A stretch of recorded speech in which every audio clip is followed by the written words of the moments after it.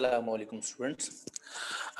Today आज हमने decide ये किया है कि काइनेमेटिक्स के हवाले से स्पीड टाइम ग्राफ को हम कैसे डिस्कस करेंगे, उसके क्या पॉइंट्स हैं। तो उस हवाले से मैं छोटा सा वीडियो क्लिप तैयार कर रहा हूँ, तो काइंडली इसको अच्छी तरीके से सुनिएगा और अपने पास ध्यान में रखिएगा। जी, सबसे पहली बात, स्पीड टाइम ग्राफ के लिए हमारे पास क्या क्या इंग्रेडिएंट्स हैं।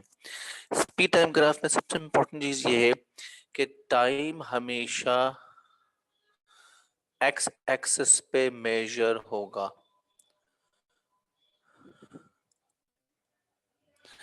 स्पीड हमेशा वाई एक्सिस पर मेजर होगी।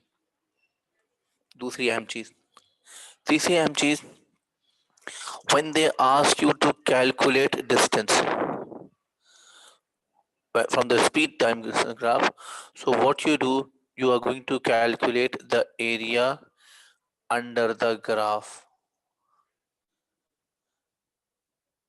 ये एक पॉइंट जहन में रखना है आपने कि अगर आपसे वो डिस्टेंस कैलकुलेट करने के लिए कह रहे हैं तो आपने जो भी ग्राफ का शेप बन रहा है उसके बिलो, उसके अंडर शेप बनता है ट्रायंगल, रेक्टेंगल, स्क्वायर, जो भी शेप बन रहा है उसका एरिया कैलकुलेट करके देना है, वो डिस्टेंस को रिप्रेजेंट करेगा।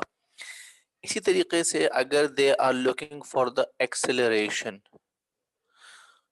अगर वो आपसे एक्सेलरेशन कैलकुलेट करने के लिए कह रहे हैं तो आप ढूंढ के बताएंगे उनको ग्रेडियंट, और ग्रेडियंट के लिए वी यूज 2 पॉइंट्स। एक बात, दूसरी बात ये ग्रेडियंट हमेशा पॉजिटिव आएगा क्योंकि ये एक्सेलरेशन को रिप्रेजेंट कर रहा है और acceleration means the increase in speed.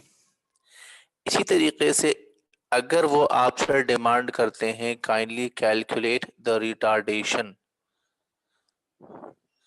तो अगेन रिटार्डेशन के लिए भी आप ग्रेडियंट कैलकुलेट करके देंगे, लेकिन ये रिजल्ट हमेशा नेगेटिव आएगा, हमेशा नेगेटिव आएगा, बट इसे लिखेंगे आप हमेशा पॉजिटिव।